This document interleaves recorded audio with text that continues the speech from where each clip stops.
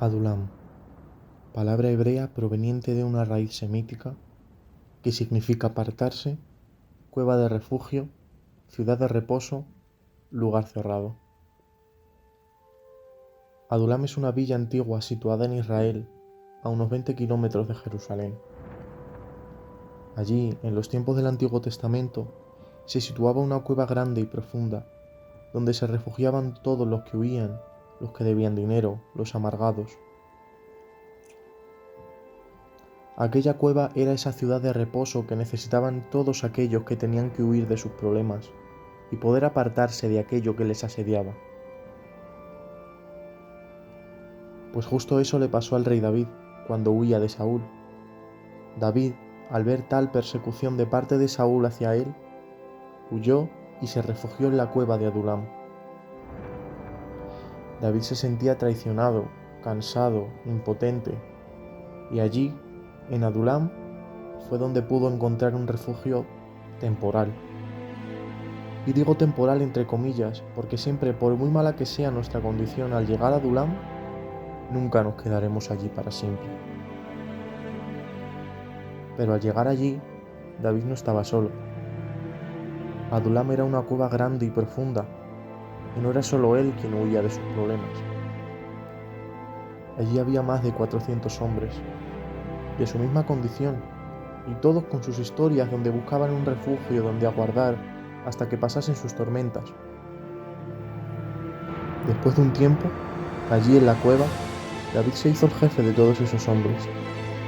Y cuando llegó el momento de salir de aquella cueva, esos 400 que huían de sus problemas se convirtieron en los famosos valientes de David.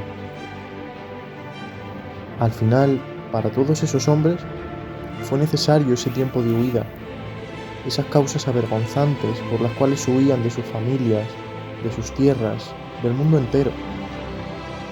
¿Y qué hicieron al salir de allí? Fueron a Judá. Judá significa alabanza, agradecimiento a Dios, alabanza en agradecimiento a Dios.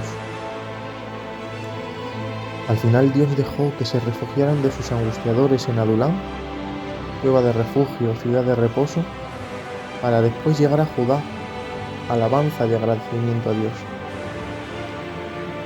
Porque a eso vino Dios a nuestras vidas, hermanos, a rescatarnos de Adulam y llevarnos hacia Judá. En el libro de Isaías, capítulo 61, versículos 1 al 3 dice: El Espíritu de Jehová el Señor está sobre mí, porque me ungió Jehová. Me ha enviado a predicar buenas nuevas a los abatidos, a vendar a los quebrantados de corazón, a publicar libertad a los cautivos y a los presos apertura de la cárcel, a proclamar el año de la buena voluntad de Jehová y el día de venganza del Dios nuestro, a consolar a todos los enlutados, a ordenar que a los afligidos de Sión se les dé gloria en lugar de ceniza, óleo de gozo en lugar de luto, manto de alegría en lugar del espíritu angustiado, y serán llamados árboles de justicia, plantío de Jehová para gloria suya. Para eso vino Dios a nuestras vidas, hermanos, para acabar para siempre con los barrotes de la oscuridad, de la vergüenza, de la deshonra, y poner en nosotros manto de alegría y óleo de gozo. ¿Cuántas veces nos hemos encontrado en un momento en nuestras vidas semejante al de David?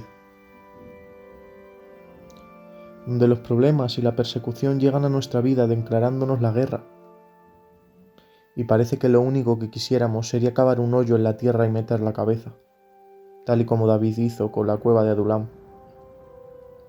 Es tanta la vergüenza, el desánimo, la impotencia, el cansancio, que a veces no tenemos ni fuerzas con las que enfrentarnos al adversario. Pero hoy quiero recordarte que nunca debemos pelear con nuestras fuerzas, sino con las de Dios, y pelear y armarnos como David hizo contra Goliat. Su enemigo iba contra él con espada, lanza y jabalina, pero David iba a él en el nombre de Jehová de los ejércitos. Tiempo después de todo esto, de la batalla contra Goliat, del tiempo de reposo en la cueva de Adulam, a David lo nombraron rey de Israel.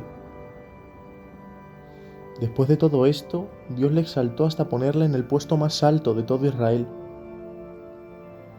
Porque también hay veces que lo que nosotros vemos ante nuestros ojos como una guerra, la realidad es que la verdadera guerra está detrás de ella. Estamos ante una guerra invisible entre el bien y el mal, donde el enemigo puede ver el llamado que cargamos y que Dios ha puesto en nosotros para ser cumplido y ser de bendición para muchos. Y en consecuencia de ello, nuestro adversario, Satanás, intentará hacernos la guerra con todo lo posible para intentar neutralizar ese gran propósito y llamado hacia el cual Dios nos está llevando. El caso de David es un caso así, en donde muchos nos veremos reflejados.